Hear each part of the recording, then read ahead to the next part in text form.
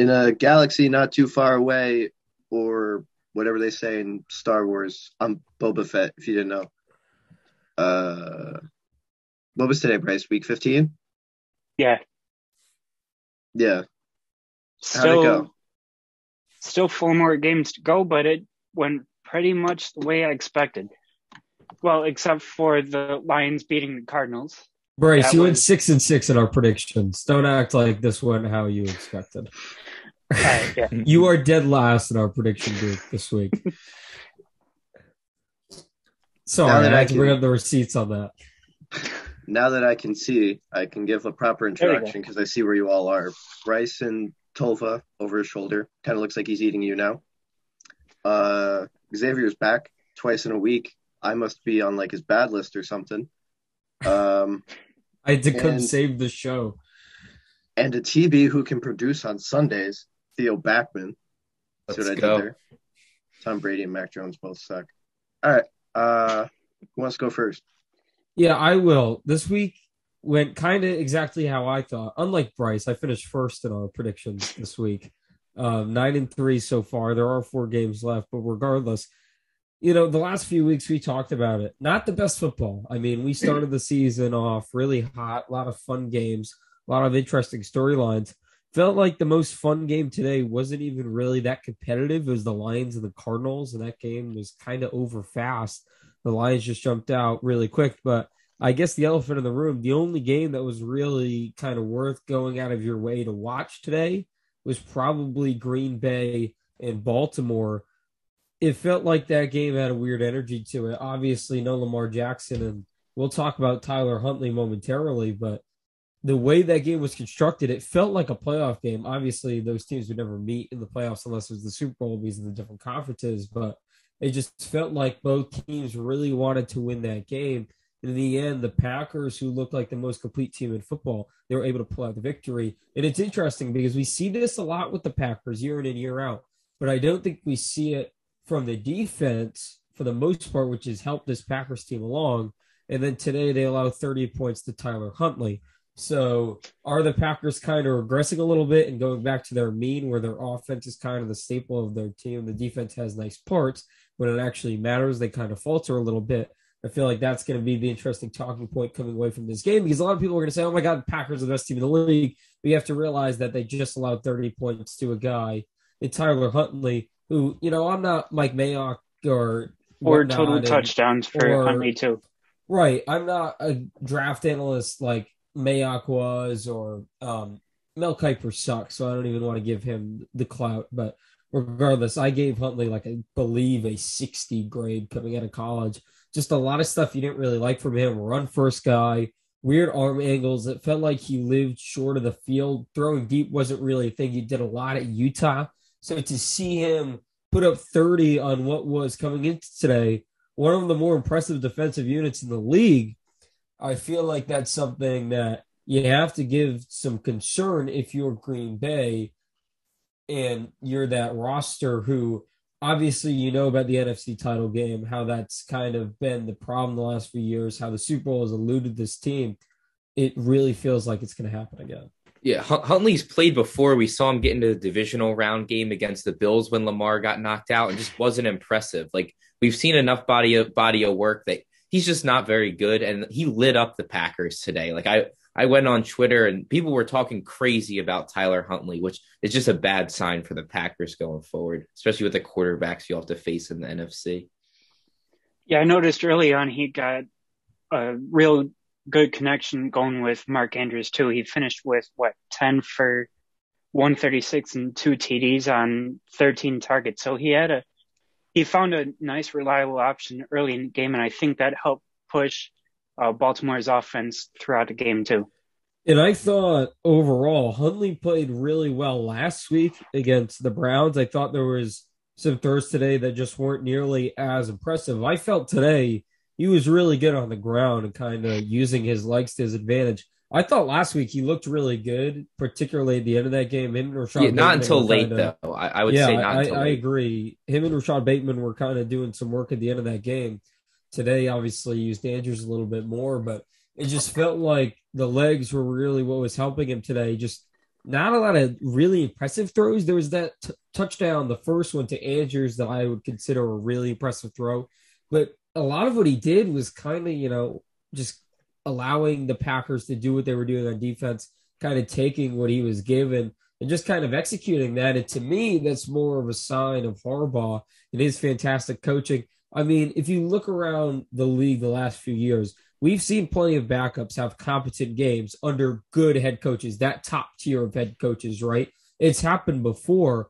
I'm not really surprised that Huntley, who I'm not really high on, was able to have, good quarter and a half last week and a decent game today under Harbaugh, who I consider a top 5 coach in the league. It's the design of their offense too. Like, the reason they have Huntley as their backup is because he can run a similar offense to what they run with Lamar. So they don't have to do a whole lot of install. And they can kind of keep that same playbook down, which, like, their scheme has gotten the most out of Lamar, who obviously is an insanely talented player, but they really have like maximized his potential in the system. And I think they're kind of doing the same thing right now with Tyler Huntley, who just is obviously nowhere near the talent that Lamar is. Bryce, did you already go? Because if not, I have something to add. Oh, yeah, I already went. Okay. I was definitely here. That was dumb of me to even ask. So I'm sure you guys know about Lamar's streak of missing a game, but not because he was sick. Yeah. Which is such a stupid, substat to give. That's definitely like in ESPN, 2:30 in the morning. They're like, oh, look at what we found. But tonight was probably the first time in 10 years I didn't see, at the end of Sunday Night Football when the lights turn off. It's like the Sunday Night Football logo, and it's like doo-doo-doo, boom. It's the first time in 10 years I missed that. That sucks. That really does. It really added to that Tyler Huntley conversation. Yeah, it did. I mean, I don't know. Huntley seems pretty good. You think he's going to start for someone next year? No, I don't, because I feel like I said, it's a particular every scheme. Year. It's the scheme. It's the head coach. I mean, just think about team needs to be desperate to want to start him. Just off the top of my head right now, Nick Mullins, Trevor Siemian, those are just two of the names that come to mind. Of the guys QB market's going to be good. Competent football as backups on relative short notice. Those guys today are now third-string quarterbacks. So Jacoby Brissett as well, he's a backup. I mean, maybe Trubisky, but that's a huge maybe. And he was a starter for much longer as well. It just feels like there's plenty of these spot guys who can come in, look good for a few games, but if you ask them to do anything more, they're not going to really provide much. So, no, I'm not really buying into the Tyler Huntley stock. I'm going to leave that all for you. If you want to buy his NFT, I mean, go ahead, but I'm not going to be doing that. Mike White's also going to be a free agent. I'm just putting that out there. Yeah, maybe Jones can sign him for their next quarterback. I heard the USFL is looking for some. Teams are already tampering. So, teams are already tampering, trying to get Mike White. I mean, hey, he's already in Canton. USFL, XFL, one of those teams going to grab him. AAFL or whatever's next. Because I was definitely here and I know what you guys talked about. Was the Lions brought up? I mean, in passing, but the Lions are just such a weird situation. Obviously, they're playing really hard. It's interesting because the NBA with the play-in tournament, they kind of have limited tanking at the end of their year because teams are trying to get in the play-in tournament. It is limited tanking much deeper into the season, right? The NFL, there's no lottery. There's no real thing to play for if you're the Lions right now. But culture, I feel, for a team like that is so important. And I like what Dan Campbell's doing. He's not tanking. He's not trying to get this top pick. And I'll get to another team that should just start tanking very soon that almost won today. But regardless, I like that Campbell kind of has his foot on the gas pedals, really trying to get his guys involved. If you listened to his postgame today, it really looked like everyone in that room was really bought in. And hell, Jared Goff's that team's quarterback. So bless Dan Campbell for having to deal with that all season long. But it looks like there's some decent talent on this team. I mean, there's not a lot of it. Let's not get that confused. But there's enough to have a little bit of a platform and they're bought in. So going forward, I think Detroit has something there. Now, here's the thing. I'm not as sold with Campbell as far as X's and O's. I understand that the team loves him, and that's great, and that's only one part of it. You need to really be good from a football sense, and I think the grittiness has translated onto the field the last few weeks, but I'm concerned. It's one of those things, right? It's like when the Jets first got Joe Douglas, and he started to make some decent moves, and there was some buzz around him, right? The more the seasons go along, you have to see serious progress. And I think with the Jets right now, you haven't seen that from Douglas as the general manager. Are the Lions under Campbell going to have serious progress, or is it just going to be some nice little building blocks each season that actually don't kind of stack onto each other and lead to something better? I believe in the Lions, and it's not totally because of Dan Campbell. It's because they have John Dorsey higher up in the organization. We've already seen him in Kansas City and in Cleveland just turn around both places completely. So I really believe in him here. Looks like they have something. Amon-Ra St. Brown starting to break out. Sewell has just been elite at right tackle since they put him there. So that's a huge hit. They have a lot of stuff to figure out. I think they need a better play caller than Anthony Lynn long term. But yeah, I mean, Dan Campbell's going to get his guys to play hard, and that's exactly what's happening right now. Yeah, one thing I wanted to add to your Amon-Ra St. Brown point, he had another just great game from a stats standpoint, 8 for 90 and a touchdown. Then Goff, 9-1 versus Arizona, which I thought was pretty crazy to say the least. I mean, he had 216 I would like to talk yards, about the Arizona part of this too once you're done. Yeah, I mean, Goff had 216 yards, 3 TDs with 139 rating, which is just pretty crazy. Because what I'm trying to say is, like, earlier in the season, they were supposed to be this like top defense, and now the more we get into the season, they aren't looking as great as we all expected them to be. They have a good team, a good record, but I have no trust in Cliff Kingsbury as a coach to get it done. Like every team that he's coached, if you go back, even at Texas Tech with the Cardinals, his teams struggle the last half of the season. His winning percentage gets worse.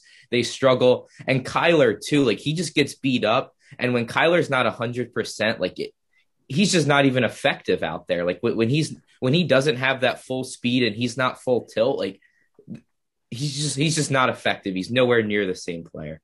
I have two things. The first one, sorry, Bryce, just got to get this off my chest real quick. Yeah. The first one, I believe last week it was Joe Mixon who I alluded to, was a guy that, like, if you asked a casual on the street their thoughts on Joe Mixon, that could kind of tell you how much they know about football. Here's another one for this season. James Conner. You know what James Conner's yard per carry is right now?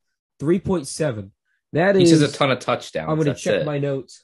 41st in the league amongst those qualified. Not that many people are qualified for that. I believe 80 guys are qualified for that. So kind of middling. And a lot of people think he's this great running back this year. He's just a goal line merchant, like you said, Theo, just kind of getting a lot of touchdowns. So their running game hasn't been nearly as good as people think, especially because Kyler's been banged up. And here's been my thing with Kyler the entire time. I like him a lot, but it really feels like that he's never going to be super successful in this league long term as the season goes along. I don't care if you have... With the way his play style is, I agree. I'll get to that part of it, but the first 10 weeks of the season, I don't care if you're the MVP. I care if you're good, week 12 and beyond for the most part. That's what I'm looking at. I'm looking at how you progress as the season goes along. You have to be good for the whole body of work, but that back half definitely holds more weight than the front half. And it feels like as the season goes along, Kyler, who he's listed as around 5'10", I believe, that's probably generous if you just look at him standing next to other players, with how much he runs around, with his frame, with his offensive line that has played okay this year, but I don't think he's as good as people think either. I just can't picture him staying healthy. His play style also is a bit reckless at times. He does this thing where it works for him, but sometimes he escapes the pocket a bit too early because he can, But the issue with that is when he's banged up and he's shorter and he's smaller, not only does that lead to sometimes bad passes, but you see it today, he doesn't always get enough on those balls. There was a few times, one of the interceptions was a great example, where he tried to throw outside the numbers and he just wasn't able to get enough on it. It just feels like his frame and his play style is really detrimental as the season goes along. I just can't envision him really right now with his current play style and frame being great in the playoffs. Now, he could obviously bulk up. He could stay in the pocket a little bit longer. He could really start to do what other guys do, no matter if they're really elusive or not, but just go down a little bit sooner, understand the play is dead, kind of live to see another day mentality with him. He could easily learn that. And I think he's so competitive and he's been so great throughout his high school career, his college career, early in his pro career, that he could. A good amount of their offense too is it just seems like it's Kyler with his eyes closed throwing to DeAndre Hopkins. Like you see that throw a couple times a game, and with Hopkins out now, that's removed from their offense. They struggled down the stretch last year. They started 6-3, they finished 8-8, and I just wonder if they can get through the end of this season. I'm a little worried. Read you his basic game logs the last few games, right? So here are the last, I believe, let me count those, 4 games he's played, okay? So 3 of them are losses. They're 1-3 in their last 4 games. This game, he had a touchdown and interception. He was 23 for 41. That's 56% completion. That's terrible for the offense that they run particularly. Again, that's against the Lions. That was an L. Last week against the Rams, they lost that game. He had a 65% completion percentage. He threw for a lot of yards, notably late, but he did have 2 interceptions. He took a few bad sacks in that game as well. And, of course, the final result was an L. Against the Bears, he didn't have to do much. He only threw 15 passes. He completed 11 of them. He had 2 touchdowns in the air. I'm talking about all in the air here with passing. But obviously not the most impressive team to go against the Bears. They won that one. What was the passing yards in the Bears game? It was only very low. $123 again, only the 15 attempts. And then the game before that, the loss against the Packers, 22 for 33, 274 in the air, not bad. But again, the 2 interceptions.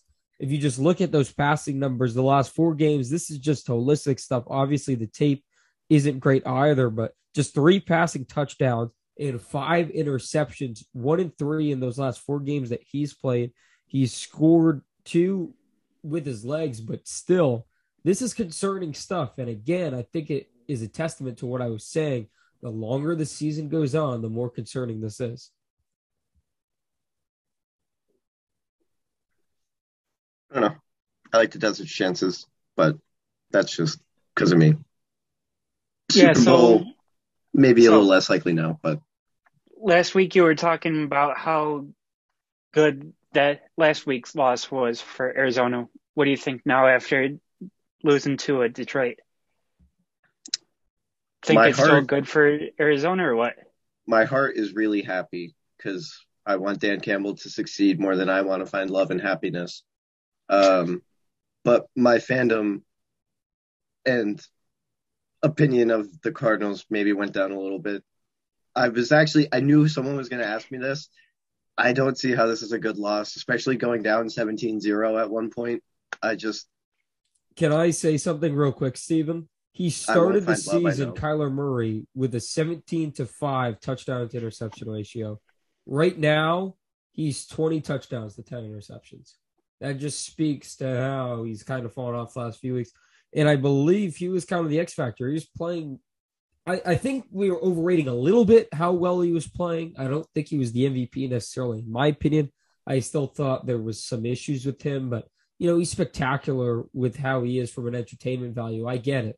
But regardless, he's far out of that conversation now. I don't think he's even in the stratosphere. Just really different conversation and a different tone of voice when we talk about this Cardinals team and Kyler Murray this year. Defensive regression, too. Like Byron Murphy was playing like a top 5 corner for the first part of the season, and that was something that I didn't think would last, and it hasn't. He's starting to get beat more. And we're seeing that all across the league. Like elite defenses they're not proven to show up like week in and week out. Like they all have bad weeks. And the Rams are going to need some help, but if they win against Seattle on Tuesday, their schedule isn't as terrible I'd say, compared to the Cardinals. So the Cardinals have 2 losable games. Yeah, the Cardinals' remaining games are the Colts at home and then the Cowboys on the road. They have to end with Seattle. And Seattle's definitely played Arizona well the last few years. They're this better year, now, not, too, with yeah, Russ. exactly. This year, not as quite. Now, the Rams, on the other hand, have had Seattle's number. That's who they play on Tuesday. Then they play the Vikings on the road. That seems like a game the Vikings just will be a little bit overmatched in. They play the Ravens on the road, but who knows with Lamar, the way he's missed games lately, that could be Tyler Huntley again in the future. And then at home against the Niners, who have played phenomenal football the last few weeks. But still, they may not be playing for much in that game. So it's going to be interesting. But regardless, this was a team that was number one in the NFC for what felt like a large majority of the season so far. They could be a wild card team. It's all said and done. I was going to bring it up on Tuesday, but you kind of just perfectly set it up there, X. The Sunday night game next week is Dallas, Washington. Yeah, Dallas, Washington. Pat's Bills not getting flexed. What is that? Colts Cardinals not even being in a primed, like a 425 slot. Like this game, like Colts Cards was on Saturday. I thought that game was Saturday night. No, yeah, it is. The Browns play Saturday night. It is Saturday night. No, Browns Packers 4:30, then Colts Cardinals 8:15. Resident we got Cardinal Christmas. Fan Stephen Heimer is Mr. There's 2 Christmas games. This is ridiculous. Yeah. Oh boy. That's it. Okay. Greg Gumbel, also the worst. I've had to listen to him like 5 times this year just by himself. The worst announcer in the NFL. Can I just say something real quick before we move on? I find it hilarious. Just so funny that Gus Johnson is the lead Fox guy. Honestly, besides Herb Street, who's been kind of the main college football guy for over a decade now, it feels like on color, Gus Johnson's been the college guy for Fox. And then in the NFL, he's called the Lions at least 3 times on my count, maybe more. That's only a lot of Jags too. And he's called the Jags Gus twice Johnson. too. Yeah. So that's just 5 of his games this year off the top of my head. I find that so funny that, I mean, Gus Johnson, a lot of people love him. Depends on the day for me. Sometimes he's a little much depending on what's going on. Like, I don't know. If Josh Reynolds catches a touchdown, I don't need you screaming in my ear. But, you know, if it's a hype moment, I get it. But he's a little too big for the moment sometimes. When it's like Iowa, totally Nebraska, you don't need to be screaming. Update on the Cardinals Christmas game. Can't even watch it. Don't have NFL Network. Thanks, James Dolan. He owns Optimum. If you guys don't know that. He charges like an arm and a leg for cable. Steven, I don't know if this was on the plan because you don't send us a plan, but can we talk about the Jets real quick? I feel like that needs to be talked about. Jets Miami's game. The entire thing, both teams. Darn. Storylines going on. All right. I'm going to start with the Jets. We'll get to Miami, but I was so concerned for the Jets that they were going to win this game. I was like laughing. I genuinely thought this would be a game they'd win, and here is why. Because the Jets miraculously don't pick in the top 2 of the NFL draft nearly as often as they should. They are a consistent dumpster fire in my entire life since 2002. I'm 19 years old now. They've been a dumpster fire for a majority of my life. That's sad to say because they are a top market team, and despite me being an opposing fan of them, I understand how much money they generate in the NFL, and I understand their fan base is quite extensive. If they were to win this game, they would have dropped their own pick today. Seattle's pick is slowly falling that they own. It would have felt like another 2 picks in the middle of the first round. That would have been decent players for them. But again, we talked about it. Joe Douglas is hitting a lot of singles. He's not getting a lot of extra base hits and home runs. And I feel like the Jets, despite what everyone thinks that they're slowly getting better, it is just more of the same. I find it ridiculous at this point. It felt like when Douglas came in, there was such a buzz that he was turning around the franchise, and there was slow progression. Remember, I believe it was 2 years ago now, they beat the Cowboys at home, and it felt like that was a difference maker in that franchise when Sam Darnold played excellent against America's team, right? And that was a turning point in this franchise's history. And since then, it's just been the same old Jets. It has been, and this year, it's looked like the same old Jets. And I understand that Zach Wilson looked decent at points today. I'm still worried about his development on this team, and I'm worried about his play style. Talk about Kyler Murray's play style. It feels like Zach Wilson just loves theatrics in his game. He had an incredible play today where he evaded, I felt like, half the Miami team to just get a few yards, but it just doesn't seem like it's going to work out week in and week out with him. And I'm just concerned that this thing's just going to last for a few more years with Douglas hitting a few singles. Oh my God, did you see the rookie on the Jets? He's like, the fourth best rookie in the league. And then, oh wait, it just is another bottom six finish for the Jets again. And it's just another offseason of trying to convince ourselves the Jets are going to be anything more than a 5-win team. I worry about the judgment now too, because with Zach Wilson, like he cannot throw from the pocket at all. Like everything he's doing is improvising out of the pocket. It was just now. He doesn't want to. That's the ridiculous part. Which I think he just evades it. He's out of the pocket every time. Like he's definitely the one rookie quarterback that I think like should not be playing right now. And they had no plan. Like their plan from drafting him was to play him. Like they had no veteran on the roster. Their backups were all rookies. They had no other plan. Like their plan from the get-go was to put him into the fire when he's clearly not ready. Like he's just not ready to read a defense yet. He's not ready to sit in there and read a defense. They don't have the line around him either. And I know they spent a lot of draft picks, spent a lot of money on that offensive line over recent years, but he still took 6 sacks today. Well, I want to talk about that, though. Sacks are kind of a quarterback stat, though. It's two things with that. You're both right in the sense that I don't think the offensive line has been up to snuff, but there's this underrated thing when watching quarterbacks, right? And some of it has to do with injury, some of it has to do with lack of experience, and some of it just has to do with incompetence. It's called the turtle clock. Incompetence, I think of Zach Wilson. Injury, I think of guys that have been hit low in their career. I think Brady used to get the ball out incredibly fast, so you didn't have to worry about it. But his year coming back from the ACL, I saw it a little bit that he takes some bad sacks and whatnot that 2010 season. Marcus Mariota is a guy that I know very well that I think struggled with an eternal clock, just knowing how much time you have in the pocket. Zach Wilson's eternal clock stinks. It's awful. And it's one of only his 6 things he's bad at right now. His arm is so good. He just needs to be coached. Right. And we talk about Trevor Lawrence, right, and how bad he's been in Jacksonville and why the two aren't held to the same standard.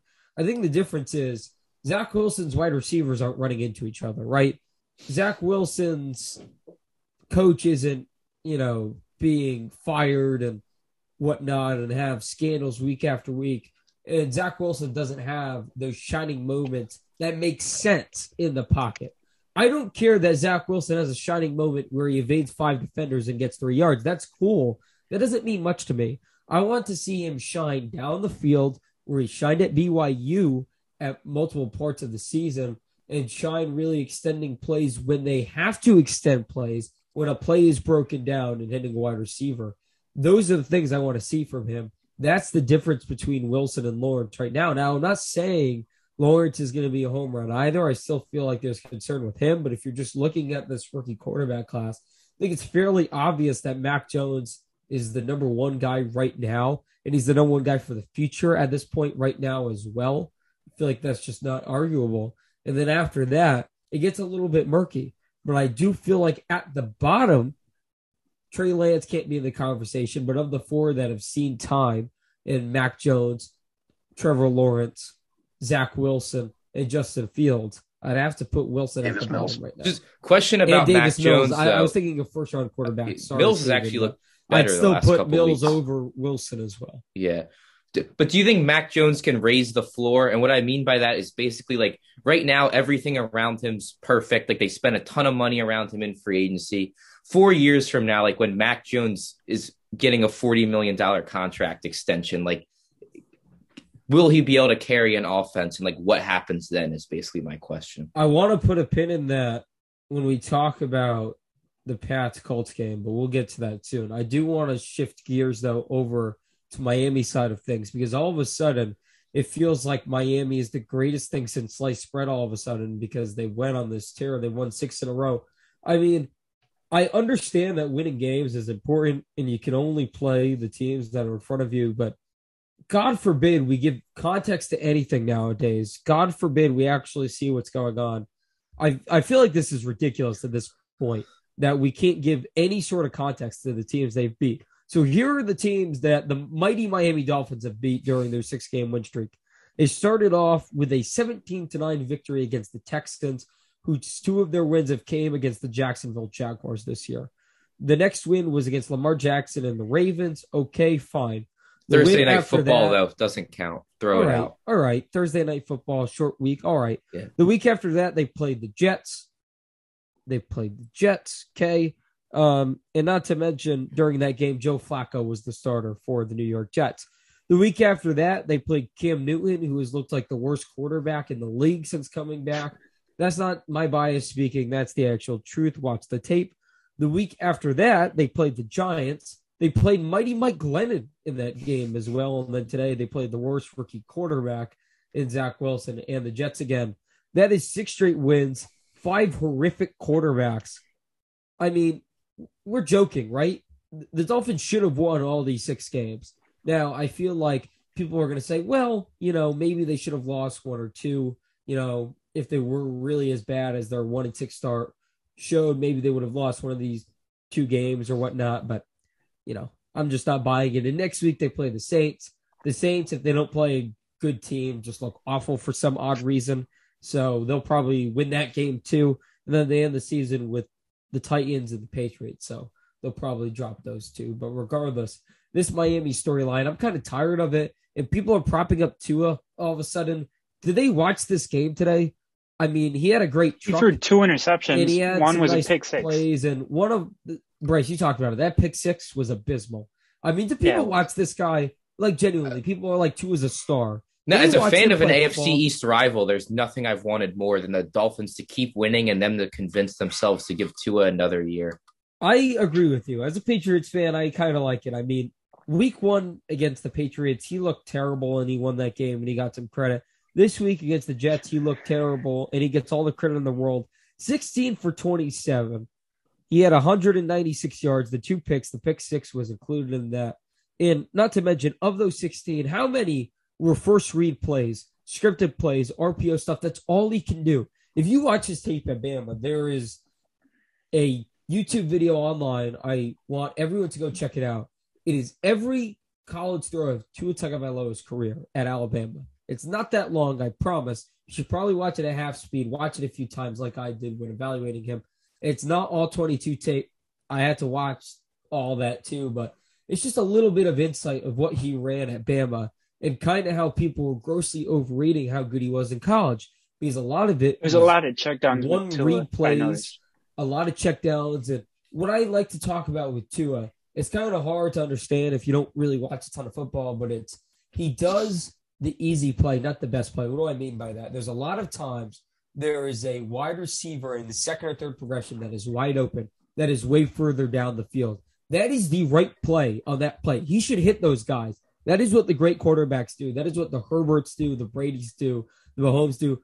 They don't take the check down if they have a better option that is open. What Tua does is he just takes the check down immediately when it's there. That's why his time to throw is so low, because he always is throwing to a check down because I believe he's scared to push the ball downfield. He always has these scripted plays, and he's always playing with RPOs, and that is how the offense is catered to him because he's limited. And I feel like Miami's coaching staff knows that. I feel like their management knows that. And granted, he's played well, I guess, statistically, if you're not really watching what's going on, if you're not watching the tape, if you're not watching the games. But he's a guy that I'm interested to see, despite the public opinion, how much longer the Dolphins really like this guy, because I feel like they're kind of out on him, just the way they call plays around him. His arm just doesn't look strong enough. I'm wondering if there's some type of like lingering injury or something, because it even looks significantly weaker than it did at Bama. Like, he took a lot of blows early in the first half of the season, I noticed. And I feel like another thing with him too, even the throws that he completes, I feel like a great example. There was a throw on the left hash mark today. It was kind of a lollipop throw, floated it down the field. Almost every throw he makes could be intercepted. Like, I was gonna say, I feel like it was Ashton Davis. It was Ashton Davis or Bryce Hall. I don't know why I can't remember who it was. They tried to undercut it, but was a little too slow. It felt like they hesitated, and Parker made this great play, and everyone was talking about how great throw it was. And I'm not going to lie, the placement was nice. The timing was okay, but the velocity sucked. He throws off the defensive backs with how bad the velocity is. Any other defensive back would have had no chance of that ball, but he allowed them to even have a chance. And that's the thing. Even the throws he makes that are nice, some of them have a chance to get batted down that are down the field because of the velocity of some of these throws. I don't know. It feels like a lot with him is when you play Madden and you accidentally tap the X button instead of holding it down, right? You can't bullet pass it. It feels like Tua does that a hell of a lot, and it's just concerning. And this Dolphins team, they're just hurting themselves at this point. They're not really that great. I feel like they're just delaying the inevitable. They're doing what I was talking about the Jets moments ago, just at a whole nother level now, because they're really taking their draft stock, and they need a lot of players on that team. They have some good rookies. Jalen Phillips has been fantastic. My guy, Javon Holland from Oregon, has been great as well. But they need a lot, too, and they need a lot in a lot of areas. So.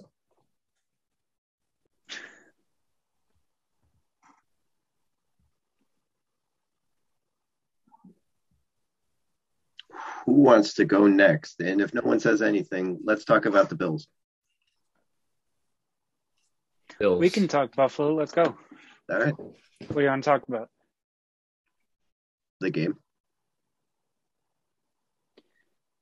And that's the Bills beating the Panthers. That's what was supposed to happen. I mean, the run game, like Singletary, actually looked good for once this year. I think the last time we saw him look this good, I don't even know if he broke 80 yards in that game. He's so frustrating. I'm about to buy in again. Miami game, yeah. I mean, he had 86 yards on about 20 carries, I want to say. Mm-hmm. We're just so off and on with him because it seems like some weeks we'll use, like earlier in the season, we would use Moss and then Singletary. Now it's more Breda for a couple weeks and Singletary for 3. And it's just super off and on. It's what they have to do, too, because they just don't have a good running back. And I think last year they kind of snuck up on everyone establishing the pass. They had been this run-first team for years, and they came out, established the pass, and it worked. And then this year, everyone flipped onto that, and then teams were keying into the pass. Like the Bills could not run the ball even when teams were dropping 7-8 in coverage. And I think the last couple of weeks they figured out a little bit so they can at least run the ball against light boxes and just do enough on the outside that they can open up the passing game a little bit. And that's all they need to do. They don't need a super effective run game. They just need to bring some linebackers down, throw some eye candy, pull some people up on play action, and just open things up for the offense. I think what I noticed from these last 2 weeks of Buccaneers and then Panthers was I think you kind of, because everyone was talking about running the ball to establish a pass. I kind of think it's the opposite because from the Buccaneers game in the second half, everyone just was dropping everyone back, expecting a pass. And that's when we brought Josh Allen running, Devin Singletary running. That was one of his best games of the season. So, I mean, I know we were losing offensive linemen left and right now with Darrell Williams and Deion Dawkins on the COVID list. But I do think this run game is improving steadily. I just don't like Allen's assessment of things sometimes. I mean, you talked about how... I think he holds on to the ball too much. Yeah, we talked about the eternal clock earlier and the quarterbacks and sacks and whatnot. Allen sometimes, it's just simple math. The other team clearly shows blitz, and he is progressed as a quarterback now. He can call an audible up the line, hey, Cole, let's do a slant or a drag or something. Let's get you underneath where you thrive. And so when I have 6 men in my face, I can just kind of look to you as my security blanket. That doesn't exist sometimes within this offense, and it's stupid. It's just dumb, right? Part of the run game is on him, I think, too. He's not checking at the line when there's heavy boxes. And I think with the RPOs, too, he's too hesitant to hand the ball off. I think part of it, too, is you got a power struggle with Dable and McDermott right now. One wants to run more heavily, McDermott does, and Dable wants to run 4 and 5 wide like we saw work last year. I would actually like to see Dayball get back down onto the field again too. I like last year he went up to the booth, which I think helped during COVID. You had that overtop view, and there was no stand, so it was kind of a cheat code because the offensive coordinator could talk to the quarterback. There's no crowd noise, so it's a clear conversation until it cuts out, and you're able to get things going. And I think Josh plays with so much emotion, and he gets lost in the game sometimes. I think it might be better to have like Dayball on the sideline after each drive, telling him like going over stuff. I think that just might be the type of thing he needs because he's great physically, but the mental aspect, he's not bad, but he's not elite. Going back to the Cole Beasley point, I think while he's on pace for last year's. He has 93 targets, 72 receptions. Last year he had 107 targets and 82 receptions. So at very least he's gonna pick up the receptions, break last year's receptions. He doesn't seem unguardable though in the same way that he did last year. No, he doesn't. I think he's, with Emmanuel Sanders, Gabe Davis finally emerging right now, and Dawson Knox having a bigger role, I kind of think he's, fallen off on the depth chart. I think we're seeing the worst of Cole Beasley right now, and it's because we have all this talent around us that we didn't before in the receiver room. I just think that the Bills, I picked them to go to the Super Bowl this year. I majorly regret that now. I just think this team, there's countless examples throughout the years. The Hawks in the mid 2010s, the Bengals in the early 2010s. There's always that team that they're totally going to the playoffs, but they're not going to do anything. I kind of feel that with Buffalo right now.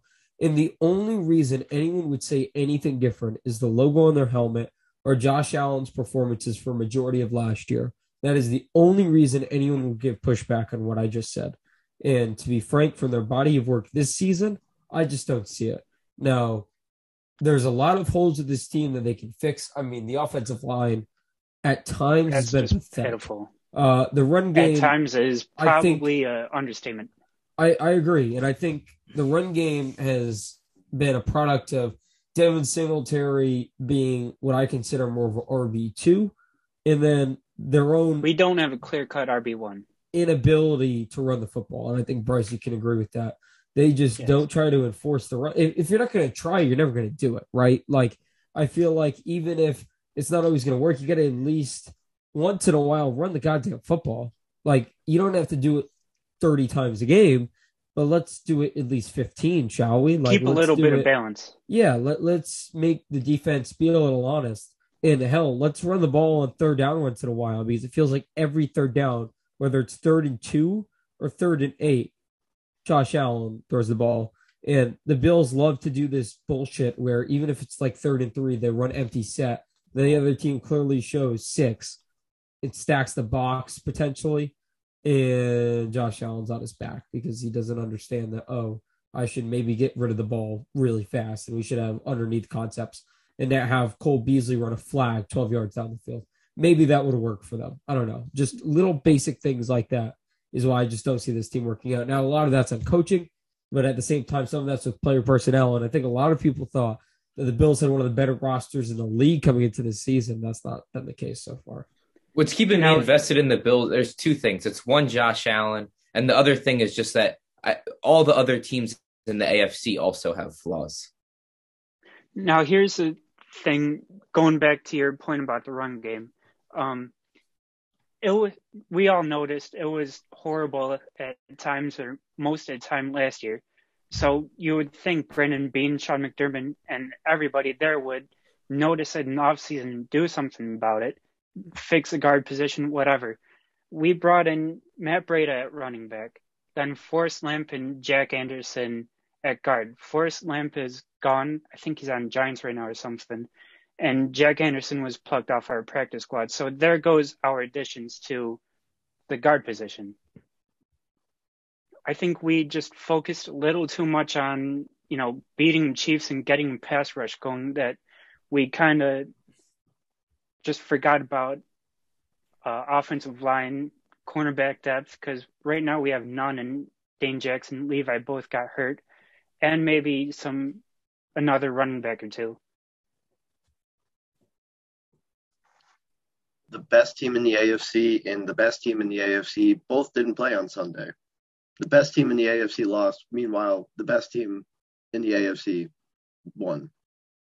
Who wants to guess who's who and talk about which one first? Let's start with Bryce. I love to start with Bryce on this.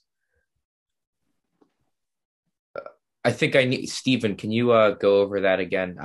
You had me lost. Yeah. I feel like I did, but I didn't. So the best team in the AFC, right? They played Saturday, but they lost.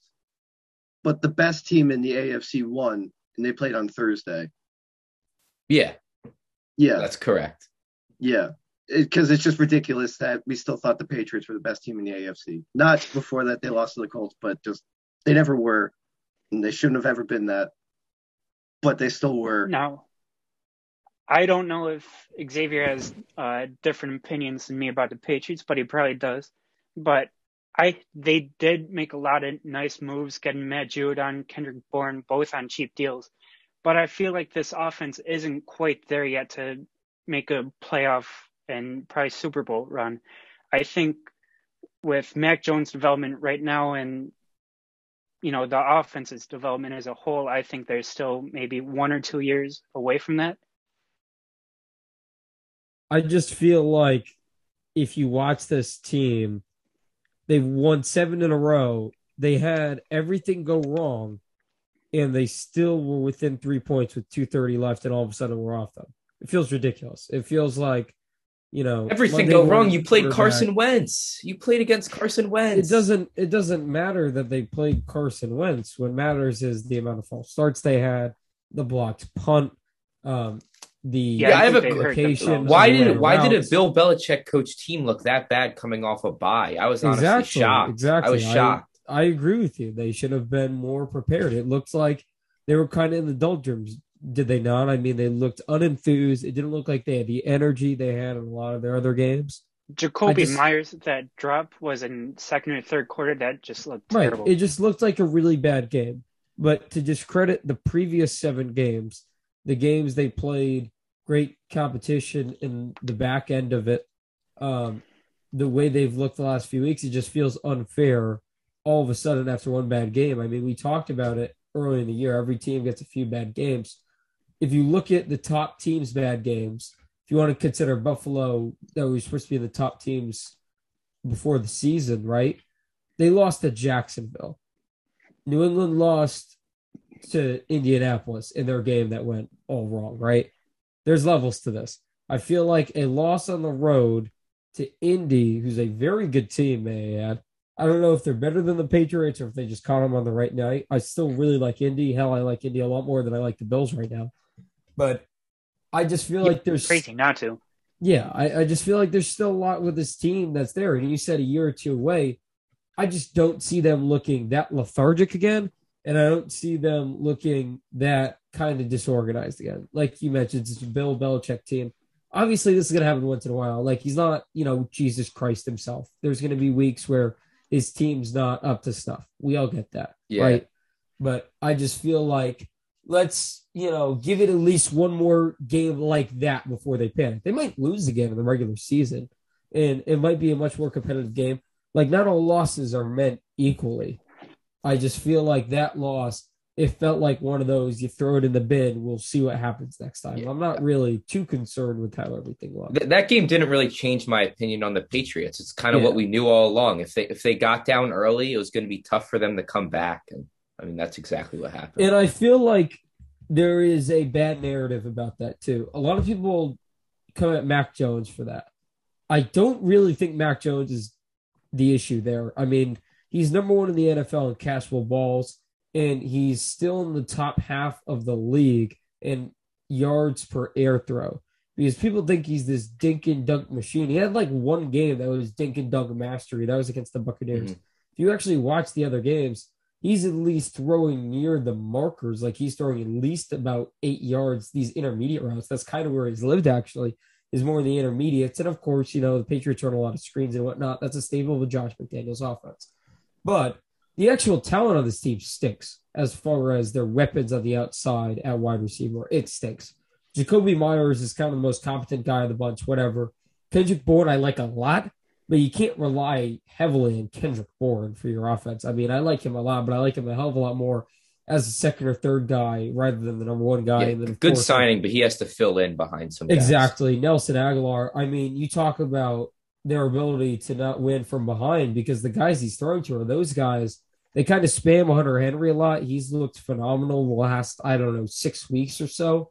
He's always been like that, though, if he can just stay healthy. He's been really solid his whole career. Yeah, he's just been hurt so much. So I'm interested to see if they really hone in on this wide receiver position. I assume N'Keal Harry will be gone. I'd have to assume also that Jacoby Myers will probably on the team, just not on the role he's in right now. And, of course, Bourne, I feel like, is a perfect second or third guy, just a little overpaid. It's going to be hard to get rid of Aguilar with his cap hit. Maybe they can work out some trade or just eat the money, whatever they plan to do. But I really think that wide receiver room is going to be facelifted in the offseason. I believe this team loses in the playoffs before the Super Bowl. So if they lose to a team like the Ravens or like the Colts or like the Bengals in the playoff, it's going to be because they can't keep up because of the wide receivers and not necessarily Mac Jones. And I think it's a little bit different than last year with Cam because Cam wasn't giving the Patriots a chance when his wide receivers were open and against bad teams. Mac's doing that. His team's night and day from last year. So despite the wide receivers kind of being around the same as they were last year, even slightly better at times, it just feels like they're still not good enough down the field where a lot of these teams, they're going to be like, okay, you can take these Dunkin' Dunks for 14. Why not? We have this game in the palm of our hands. And especially if the defense isn't really playing their top level, then it's going to be tough. I don't think this team is necessarily a Super Bowl contender, but I think saying it's out of the question is also just kind of naive. I feel like if we were to rank teams in the AFC right now with a chance to go to the Super Bowl, not just how they were right now, because I think that's also being a bit unfair as well. The Patriots are at least in the top two of that conversation. I feel like right now it's the Chiefs, and then the Patriots are second with the Colts. I mean, Carson Wentz in a playoff game scares me quite a bit. I know Mac Jones is a rookie, but it's still Carson freaking Wentz, and we can't really get that out of our mind. I mean, who else in the AFC? Cincy. The Chargers. The Chargers might be the second best. The Chargers have been super inconsistent. The Chargers, yeah. I mean, even though since he's Jekyll and Hyde, I feel like the Chargers on fourth down, they're too aggressive at times. Their aggressiveness sometimes comes in, the way comes at a price. Competence, just actual intelligence at times with them. And it's just tough for me to really think that team is going to win 3 playoff games in a row. All on the road, too. Yeah, exactly. It just feels like if you really break it down, Steven, I'd love to hear your rebuttal on this because I know you disagree with me, but I really want to know, the Titans are really still believing in them? Like, the AFC is so weak besides KC, and I don't even love KC that much, by the way. Mm-hmm. But if you look at these teams, New England, they have the defense, they have the head coach, and they have at least the competency at the quarterback position where Mac Jones is not going to lose you a football game. You have that. And I understand he's a rookie and he could deteriorate in a playoff game, but still, you at least have that. Underneath them is Tennessee. Their injuries are still mounting. Their number one wide receiver today was Nick Westbrook. I'll get it right one day, I promise. And Julio Jones got hurt again. A.J. Brown is going to be back, I believe, Bryce, right? You're the football analyst. You know these things. But yeah, he'll be back towards the end of the season or playoffs. Right. I saw a week 16 at the earliest, which would be next week, but then I haven't heard anything since. Right. So that's going to be a big addition for them. Off IR yet. That's going to be a big addition for them. But I love A.J. Brown. I just don't think that's going to be enough to win multiple playoff games as well. Remember, you got to win 3 if you're not the 1 seed. Since he's Jekyll and Hyde, no one's trusting them to be competent for 3 straight weeks. Indy, a team I love. I just don't think Carson Wentz is going to be able to make a Super Bowl. But not all the way. Yeah, I feel like they're a perfect AFC championship loser if they do make it that far. If Indy won the division, I'd like them more. But even though, I mean, being on the road might get them in some bad weather, which could benefit them. But I don't know. Carson Wentz on the road just scares me. They've shown they can compete and win games in the bad weather with how great their run game is. Jonathan Taylor, Naheem Hines, Marlon Mack, they can all succeed in that bad weather. They're like a coin toss team, though. Like, if you play them in the playoffs, you win the coin toss and go down and score on them, the game's almost over. Right. Then the Chargers, we already talked about. I mean, they're a team that has the talent to do it. I just don't believe they will because of their over aggressiveness, and it feels like there's still a little lingering of the way they find ways to lose games. It's not quite as potent as it's that been in Anthony years Lynn past. effect is still there. I feel like it might take, the rest of this year. Maybe next year they'll be out of that phase, but right now there's still just a little hint of that. Then the Bills, the 7, and we talked about all the Bills' troubles. So, Steven, am I wrong with any of these teams? Because I know you're a Patriots hater and you love to try to poke holes in anything they do. Is there another team in the AFC you like more? That isn't the Chiefs. That isn't the Chiefs. Of the 6 beneath Kansas City in the standings. The Titans and the Patriots, I feel like, are basically the same team. Weirdly enough, I would rather have Mac than Tannehill. I agree with that. That's not saying much. But if Henry's playing and is like even 60%, it's then you gotta really go a toss-up. Yeah. I don't know if I'd go Tennessee, though. I think their defense, even if Henry's playing, I think their defense has been a little bit of fool's gold at points of this year because if you look at just their division of quarterbacks they play Carson Wentz, Tyrod Taylor / Davis Mills, and then they play I hate Lawrence when I do this. Wentz. Thank you, Carson Wentz. I can't believe I did that. Regardless, that is their quarterback division, and they play all those teams twice, obviously. So that's already 6 games. That already helps your defense. Today, they played great against Big Ben. So is every team this season, for the most part. I mean, it just feels like their defense has done really well against teams that just aren't that great at the quarterback position. And then even then, they held the Chiefs down early in the year when they were really struggling. They allowed only 16 points to the Rams. Again, the Rams kind of were in a little slump for that part of the season. It feels like they got a lot of teams at the right time.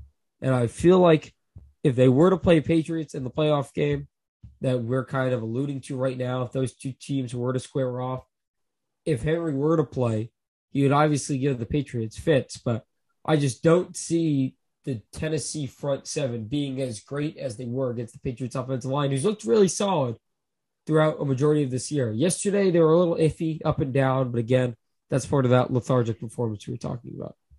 The AFC is wide open, though, particularly if KC loses, because I don't think it's out of the question that KC overlooks an opponent and kind of stubs their toe in one of these games and potentially leaves the door open for them to lose.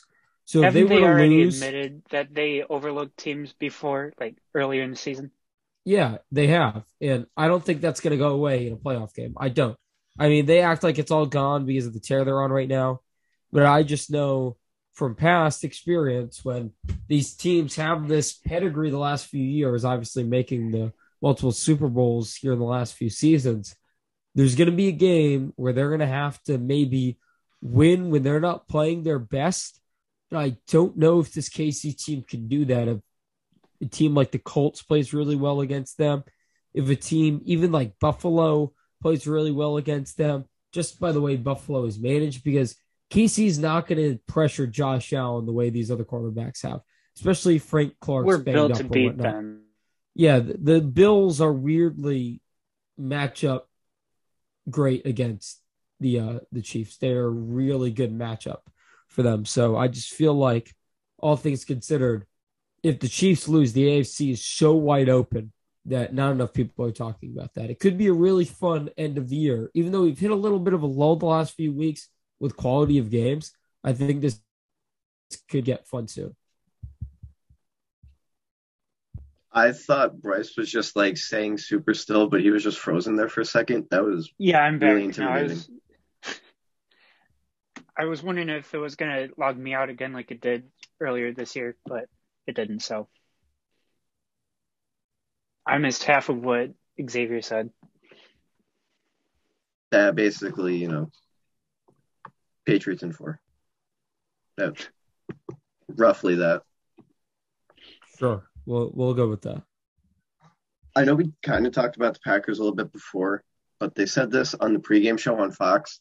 Well, Terry Bradshaw said it, so like I take it with like less whatever you want to call it, because he's just the old man yells at cloud now anymore. And we know he doesn't like Aaron Rodgers. But he basically said that Matt LaFleur isn't a good coach because he's never had to coach without Aaron Rodgers. I understand having Aaron Rodgers helps, and that's why he has the best record out of any coach the past, like, for Didn't the he coach first 3 without years. Rodgers earlier this year? Yeah, but that was like a game. And But but like, I mean, LaFleur's a good coach, right? It's not all yeah, Aaron he's Rodgers. still a good coach.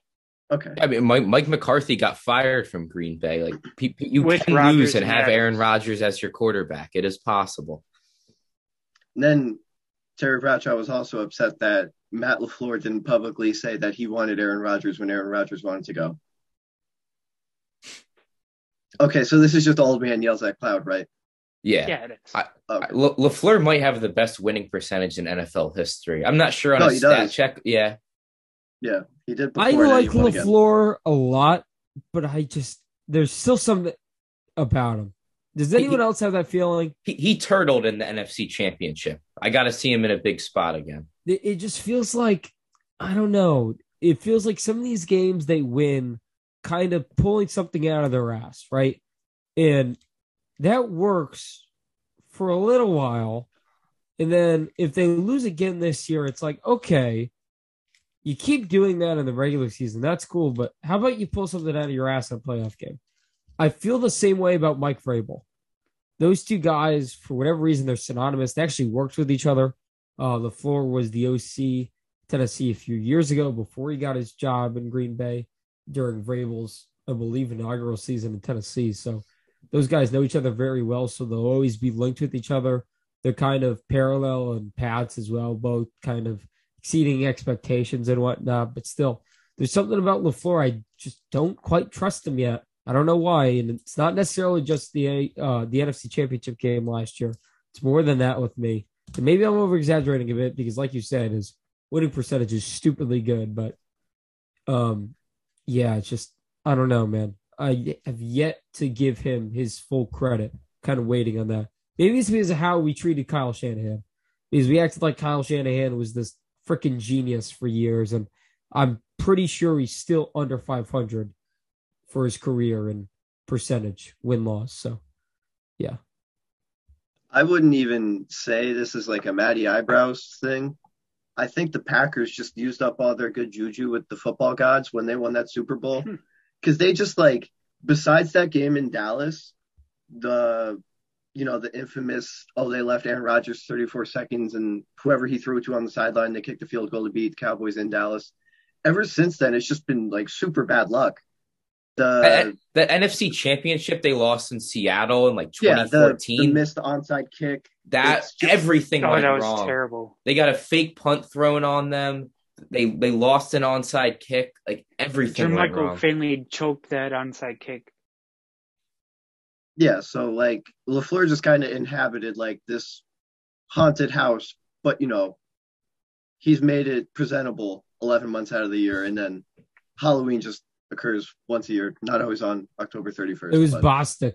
Brandon Bostic. I really Was it had Bostic? to. I was like, there is no way that was Jermichael Finley. I was like, it's Bostic, right? And I Brandon looked Bostic. at it.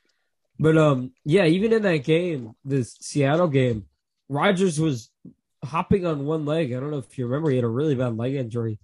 And he was hopping around on one leg. There was the fake field goal touchdown or something in that game too. Mm-hmm. Just a lot of weirdness. I don't know if it's always bad luck or here's the thing. It's what I always talk about with the Niners. Everyone says the Niners are injury prone.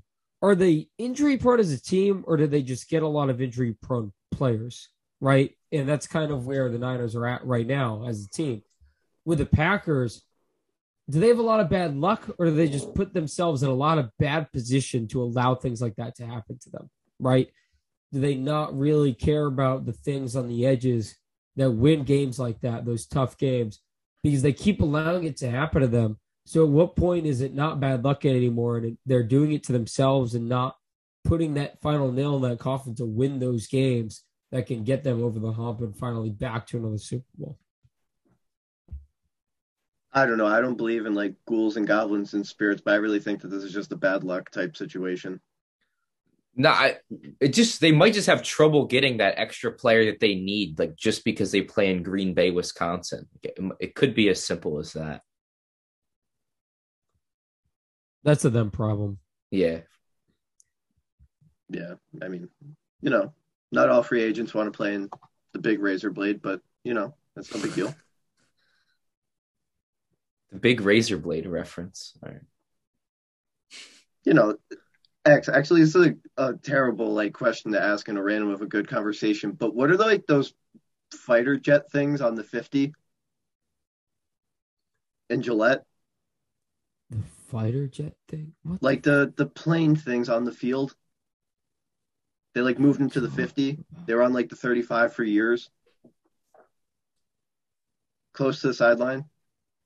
Jeez. I've had to watch like 9 million Patriots games. I in definitely my life. know what you're talking about, and I definitely you're just describing it terribly, I feel. I don't know. It's probably some stupid Hold on. Massachusetts thing. Surprised it's not a damn Now he's going Dunkin' to search Donuts it and logo. take 5 Now minutes to do it. You better hope it's not honoring a troop or any people that died after you just No, called it. No, it's probably definitely take me not. 3 seconds to tell you what it is. I have no All right, idea what the well- hell you're saying. While Heath looks up that and thinks of his drop his nuts player on the table player of the week, it's been a long day. I'm surprised I even got it all out. Theo has never been here for a Sunday, so Theo, you are allowed to go first. If you don't know the rules, Oh which my I god! hope you do. It's the flame at Patriots place. It's not a jet thing. Jesus Christ! It took me a sec. I was like, "Is that what he's talking about?" Yeah, Gillette is in Patriots place. It's like an outdoor shopping place, I guess. There's restaurants. There's regular stores to go into. There's like fun entertainment places. It's just the logo of the place. That's all it is. Now I feel like you're describing something that I wasn't talking about, but now I'll look it up. Oh, But Theo, Jesus. any player, they could have won, they could have lost, offense or defense, that just really showed out, essentially dropped their nuts on someone's table. Who was that and why? Nuts on the table today. Dropping Saints them, yes. D-line, Cam Jordan, nuts on the table. Pass Okay. rush in Brady's face all day. I mean, they shut out the Bucks. Obviously, Godwin and Evans went out, but Brady's thing is getting the ball out quick. He could not get the ball out quick today. Apparently, it's supposed to be a lighthouse. I'm reading. Sorry. I don't know, Bryce. Go on. I gotta find this out. Yeah, I got to go with Brandon Cooks, not just because of the stat line, which was still phenomenal. 7 receptions, 102 yards, 2 touchdowns, but he became a very reliable option for Davis Mills today. He needed Davis. one too. Yeah, he did. Big time. My drop my nuts on the table player of the week today. It's got to be Amon-Ra St. Brown. I mean, what he was able to do today against what was once considered a great defense of the Arizona Cardinals. Feel like he was constantly open. Only 90 yards, maybe not the offensive explosion that some of these other guys had today, but still really one of his best games of the season. That game. Yeah, it felt like he was just constantly open too on every play, even the times he didn't get the ball. And he was a difference maker. And anytime you're a difference maker, beating what was the class of the NFC before today means a lot to me. So Amon-Ra St. Brown, shout out. Trojan guy right there. Fight down. Another one you could go with is probably Trojan Duke in the Johnson pocket, too. Matt Liner. I just tried to show you my phone, forgetting that I have a virtual background, so it would have done absolutely nothing. What I'm thinking of is the Patriots flying Elvis logo on the 50-yard line is the logo for Gillette Stadium. It represents a architectural staple of New England, a lighthouse, and the designer of the stadium integrated the maritime culture of New England into the stadium. Wow. What does that have to do with the... Yeah, I don't even know why I brought that up. But what does that have to do with the... Never mind. I just wanted to figure out what it was. You stumped Xavier about We his were own totally team. talking about two totally different things. Yeah. No, I'm glad we got that straightened out, though. Yeah. Okay. Cool. All right, so it's kind of a bummer because he didn't have like as good a game he did last week, but I should have mentioned him last week, and I probably mentioned somebody else, and I don't even remember Maybe who. Kyler, I bet it. No, Braxton Berrios. Oh, What just like an incredible. come on! If it This is wasn't the going to be a second week in Cardinals row player, it with would be a this Jets shit. player. Jesus Christ! Just like he's gonna make the Pro Bowl. No, he's not. No one cares about Matthew Slater anymore. Ball doesn't play in the NFL as much. He's gonna make it. He's been an incredible kick coaches in returner, NFL. Braxton great punt Berrios returner. stats today: 1 catch for 26 yards, and he almost and then he threw had the 2 thing. rushes for 10 yards and a touchdown. That's you dropping your nuts for a freaking guy who's a scrub on your shitty ass Jets That's team. a Isaiah McKenzie type style. Oh my there. God. He's not getting Not Pro a Bowl scrub. votes. I know and your I- team's woeful, but Jesus. It's Patriots just like, cast away 2 sloppy seconds of the Pats. dude, they shouldn't have sent him away. He was the next Edelman. We didn't need him. That's the funny part. We didn't Now need he's him because he ours. stinks. Yeah, And we he's on a use him now. stinky team. Would have been a great slot receiver. You know, Does he still do the hands behind his back celebration when he scores, like he's getting handcuffed? Or jeez, oops. That I was was afraid Theo was going to bring race into this for a different way, but no? because like he No. went to the U and they had Yeah, he the would always whole, do like, that celebration. I was just asking if it translates. I haven't been watching a lot of Jets this year. I wonder why. I Yeah, mean, who's willingly watching Jets? I mean, barely any Jets fans do, I imagine. I mean, I watched that game a lot today because, they were winning and Well, I was enjoying their was the misery that first was going to good be game. like the 9th overall pick. And of course, they had to freaking lose because Who could that's you what the get Jets at the do. 9th They pick lose even? football games. You're dropping your nuts on a guy who doesn't do I'm anything on a bad team. no. Barrios dropped his nuts. I'm not dropping my nuts on any man. We established that last week. I don't really get down with that. Wait, so you're To answer saying your question, whoa, Theo, he no, did no, kind of no. like a back salsa up. thing. You don't get down with that. So you're saying you don't like people that do that? That seems a little I inexclusive. said I for don't this get show. like you just totally you said you don't what get I down- said, I heard what but you like said. wait a We You are said you don't get tolerant down of with that. everyone. Yeah, exactly. Yeah, Thank before you, we Theo. get sued by anybody, Yeah, Steven, I we mean, you enjoy can't everybody. be talking about this on your own show right now. The lack of respect you have for some communities of this country. Yeah, we what might appalling have to right now. stop the personally show I for a don't few get weeks down and with rebrand myself it. doing. Would that You, have you changed the goalpost. See how you The just last moved them there? Wavelengths podcast. You're gonna get canceled. It's going to be rebranded with Tova. Tova Yeah, and I'm sending Deontay. this to TikTok right now. You're getting canceled instantly. all right? I mean, if we're gonna bring up things that like someone else brought up, Okay. we talked about Arthur Smith a long time ago being really ugly. And then a certain number 3 sports podcast in the world had a very similar discussion like the next week.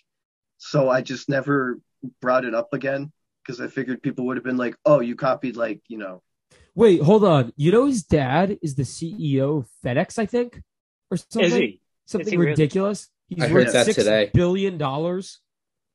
Yeah. Jeez. What? You think he gets his packages on time? No. Probably not. No.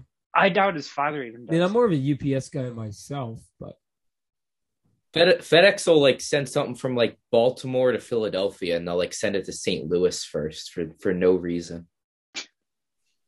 Yeah, I that's feel like happened to me FedEx actually a is bunch of times. more mid than the Jets' history is at this point. Yeah. That's Sorry. actually a weird compliment. If you I think that agree the because Jets the have only Jets have been like quite the mid. shit history, but they have won a Super Bowl before like most things in this country were really thriving. So there's that. But Yeah, and more Super Yeah, Bowls back than before two anybody people. was born. 2 people in this Zoom's team. that is true.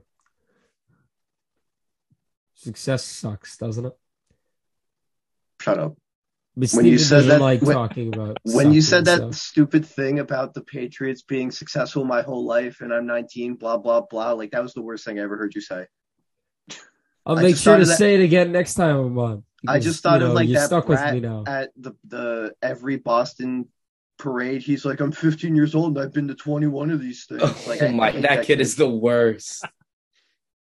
Hey, you All right. want to know what's great though? Deontay's not here, so our ratings are up, the smiles are up, the likes That might are be a up, the little racist to subscribers say are on up. here. I don't think so. Theo, I just who's think the Celtic on your wall? sometimes. Oh, that's Jaylen Brown. actually really embarrassing. Oh. It It is is mine? on. It's the Kyrie Irving Oh, that is embarrassing. Take that ESPN down. the